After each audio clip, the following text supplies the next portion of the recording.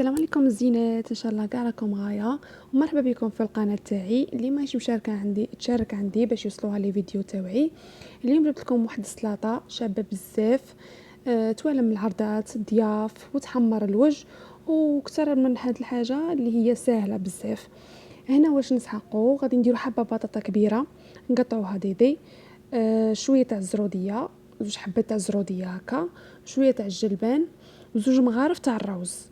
هاد الخضره انا فورتها والروز غليته، ومن بعد درت لهم شويه تاع الزيت، شويه تاع الملح وشويه تاع المايونيز، وهنا نخلطوا ونشوفوا الا خاصنا المايونيز نزيدوا شويه تاع المايونيز. كما راكم تشوفوا غادي نخلط ونزيد شويه تاع المايونيز. انا هنا كانت خاصتها شويه تاع المايونيز باش ما تجيناش ناشفه. غادي نعاود نخلطها ومن بعد نجيب لي غامكه تاوعي، كل واحد يدير على لي غامكه اللي عنده. انا كانوا عندي هادو، نعمرها غايه ومن بعد نروحوا نديروا لها الديكور تاعها.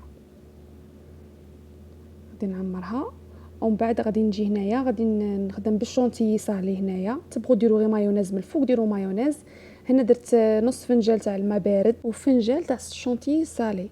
هنايا الكاس اللي تعبروا به كملوا به ونضربوها نطلعوها غايه، ومن بعد نديروها في لابوج جوطاب.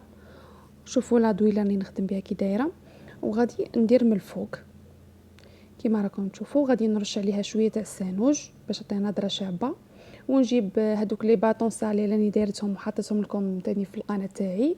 غادي نزوق بهم ونحط شويه تاع البيض ونديروا زيتون من الفوق.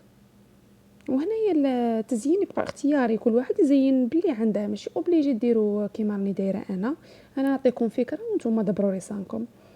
شوفوا كي تجي شابه، تجي في النظره شابه بزاف وسهله.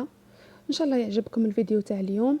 الا عجبكم ما تنساوش باش تخلوا لي جيم وكومونتير.